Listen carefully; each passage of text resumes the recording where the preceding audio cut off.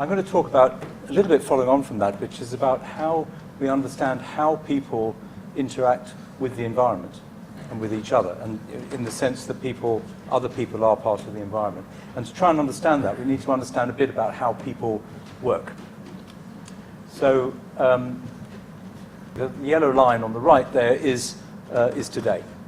And that's basically just to sort of mark where we are, because one of the interesting things is we talk a lot about cities. We say half the population of the planet is, or the human population of the planet lives in cities, but actually the kind of cities that we're talking about have only been around for about 200 years. Really since the Industrial Revolution, when we centralized energy and we centralized how we did power, we suddenly had to bring lots of people to the same place in order to work. We did have cities, of course, before that. Some of the first cities were around about 10,000 years ago, where people came together, for example, for access to water. And cities of some sort, or groupings of large numbers of groupings of people and the settlements of people, around about 10,000 years ago. But actually you have to go back much further to see when we were really changing things. And go back about 40,000 years is when people emerged, well, a few tens of thousands of years before that, the last climate change, when the sort of jungle receded and developed into savanna. And when humans adapted into the savanna, one of the reasons that the human species, as opposed to the other hominids, actually evolved was because we were much, much better at dealing with a really important problem. And that is that we have a big brain. The brain consumes massive amounts of energy.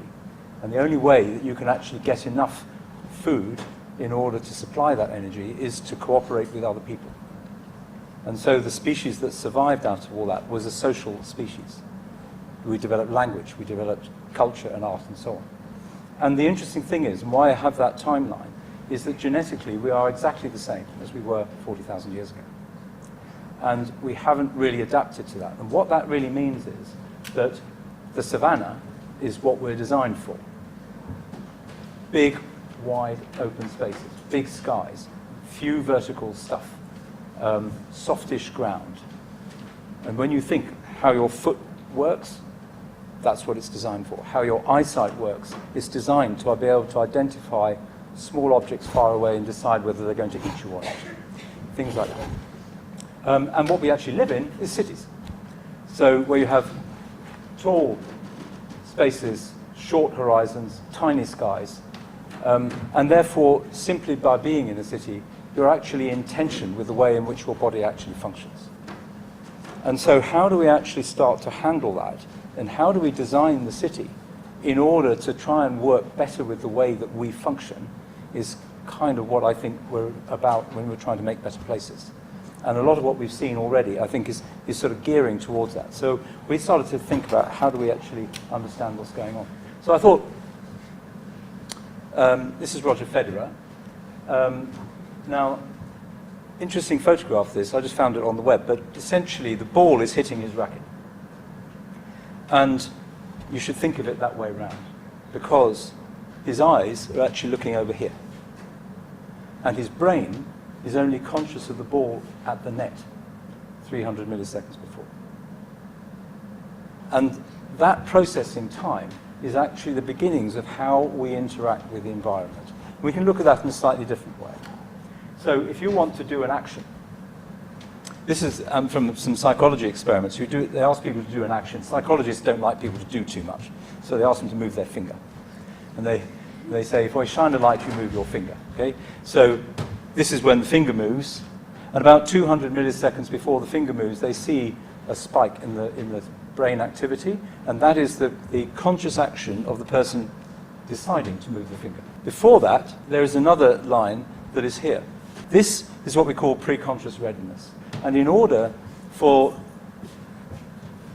be consciously aware of the fact of moving the finger, your brain has to prepare first. And what it does is it fires up the brain to be ready to do the conscious piece that is then going to turn into the action. And before that, you have an actual stimulus. So you're talking about that whole process takes a defined amount of time. And really, these are the same for Roger Federer as they are for me. He's just better at tennis.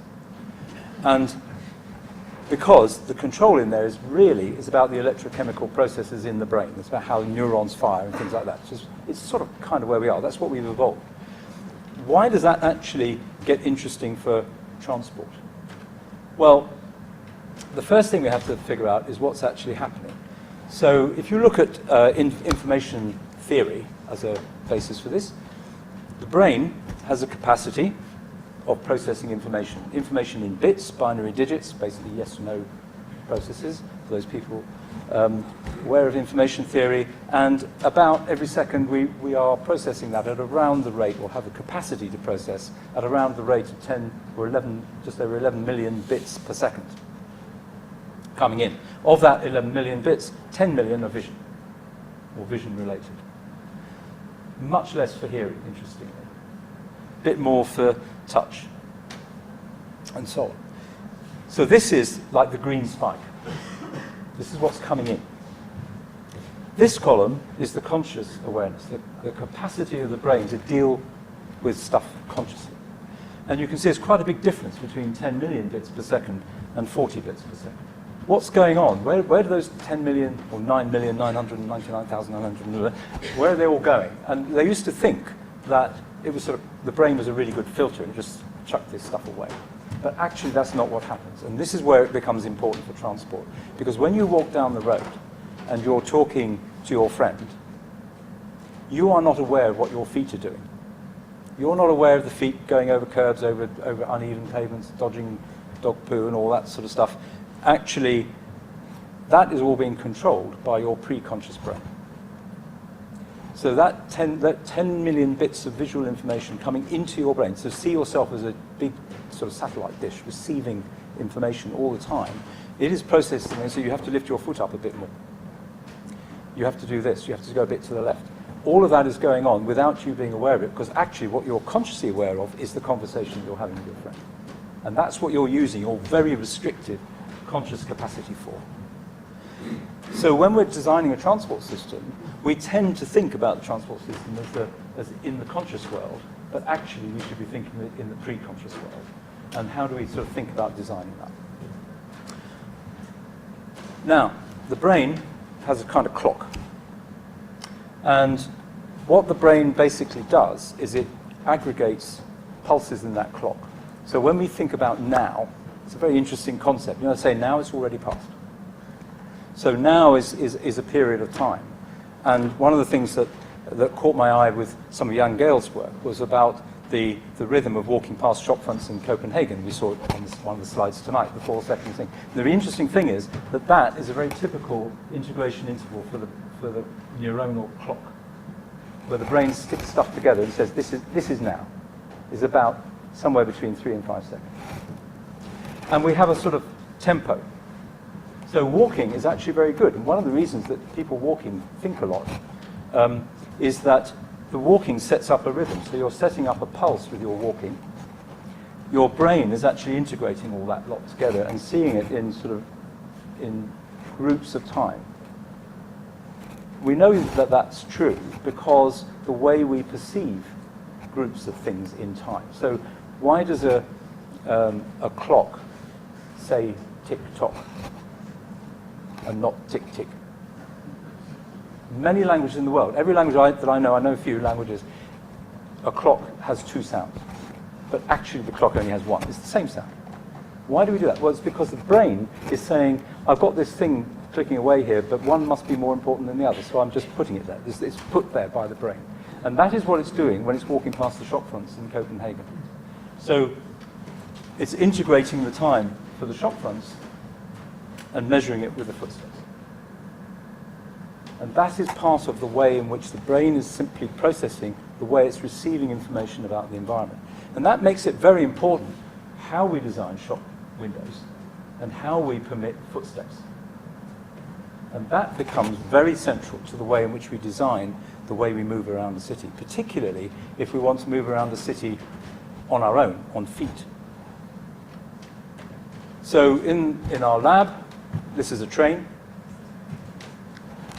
It's a very new train, it has no roof. You'll like that. This is London Underground's new idea for a train. It's the air conditioning. This is a mock-up of a new train which is being designed at the moment to roll out in 2020. And what we were doing here was to test how people interact with the train. And so we had about 150 people getting on and off this train, various things, for 3 weeks. They had a great time. And here you can see the platform edge doors. We're seeing what difference platform edge doors makes to all of that. And that's all very important. But actually, each of those interactions is an individual interaction. And depending on when it happens and what's happened just before and what happens just after, that interaction will change.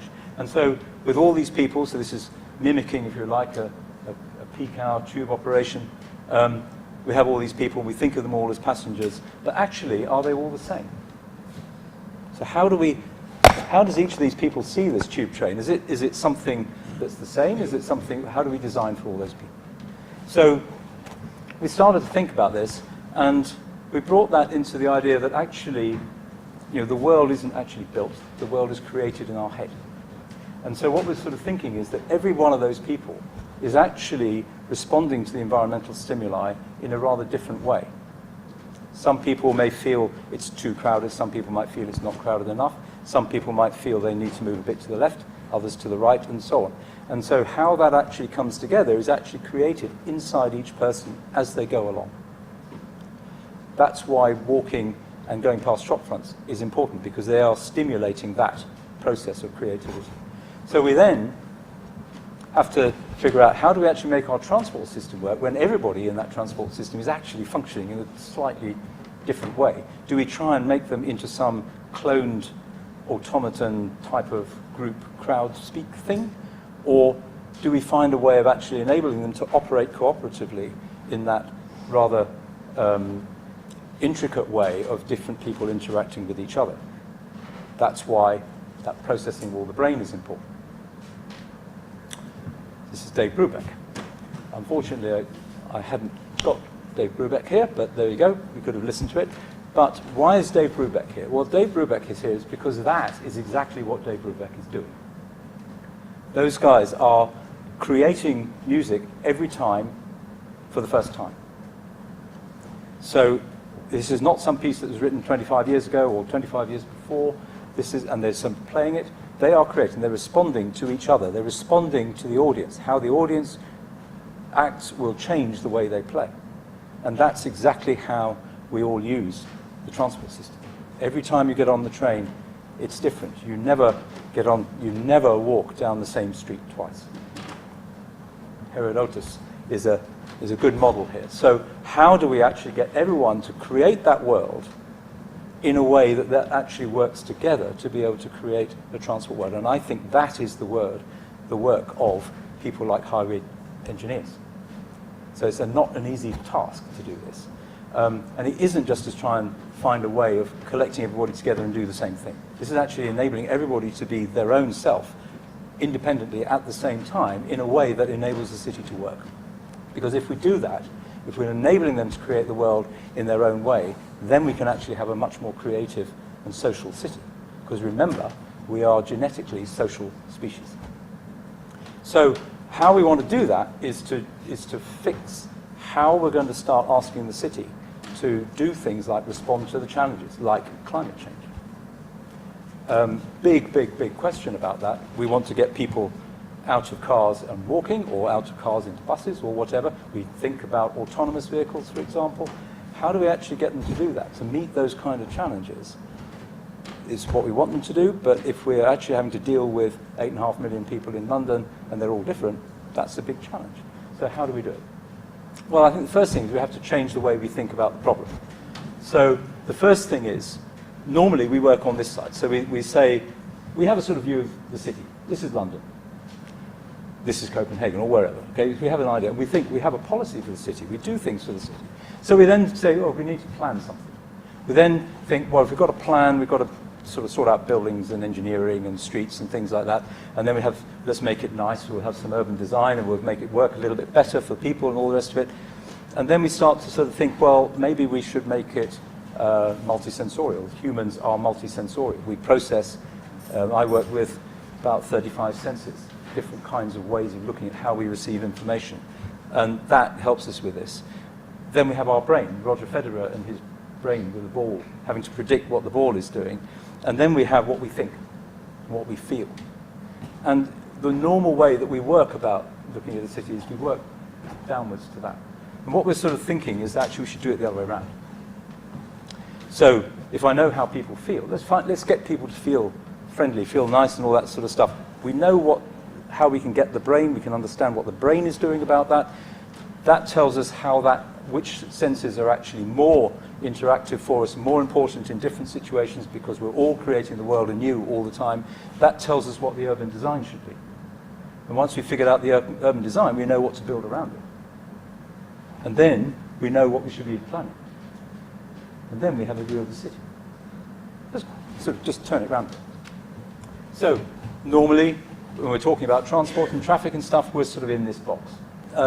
We're in that kind of box. So we're sort of looking at the engineering, the architecture and stuff like that. When we spend an awful lot of time teaching people, as you were saying earlier, not to look too far outside the box because there lie dragons. And one of the dragons is neuroscience. And actually, when you get into here, you have to start looking at how the brain works. And it's really fascinating working with neuroscientists to understand how people go over the much lower step in the circle line with the new trains compared with the old trains is a neuroscience problem, not an engineering problem. And we have to understand that. And then we can start thinking how we put it back together. So if I understand how the brain works, I can start to understand how the transport works. And if I know how the transport works, I know how I'm going to start doing my planning. And if I know how the planning works, I can start looking at my city a bit more. And that way we can start to do that. But we can only really do it by understanding the interaction between people and the environment at that very, very detailed level. And that's kind of what we do. And the key to all that is actually the people in the middle. Because in a sense, the person with that 2 kilos of rather powerful computers sitting on their shoulders is one of the best instruments we have for measuring what's actually going on. We just don't really know how to record the measurement as well as we should. And that's a really, really important point. So putting people in the middle is really, really important. And this is some photographs from my lab, but I just wanted to point out too, this one is an experiment we were doing to test how the deep hippocampus, the sort of reptilian brain, navigates. This is not, so you can't navigate in that experiment by thinking, I'm going to go left or right, or I'm going to go past the blue thing, whatever. This is simply using your deep brain that remembers paths simply because of where you are. This is work we've been doing with, that was with some blind people looking for work for London Underground on the humps for the London Underground platforms, where they were trying to make them more accessible, and we were trying to figure out whether that would be upsetting for visually impaired people to suddenly find the platform which they thought would be flat and suddenly it doesn't. Things like that. And we also have on the bottom right there, we have work we're doing with people with dementia to understand how people with dementia see, so that we can actually enable people with dementia to be able to live in the city like everybody else. And some work we're doing there in Japan. And the idea is really by understanding this kind of way in which people and that environment interact, including how they interact with other people, put that all together, and then we can understand how we can actually make a better city.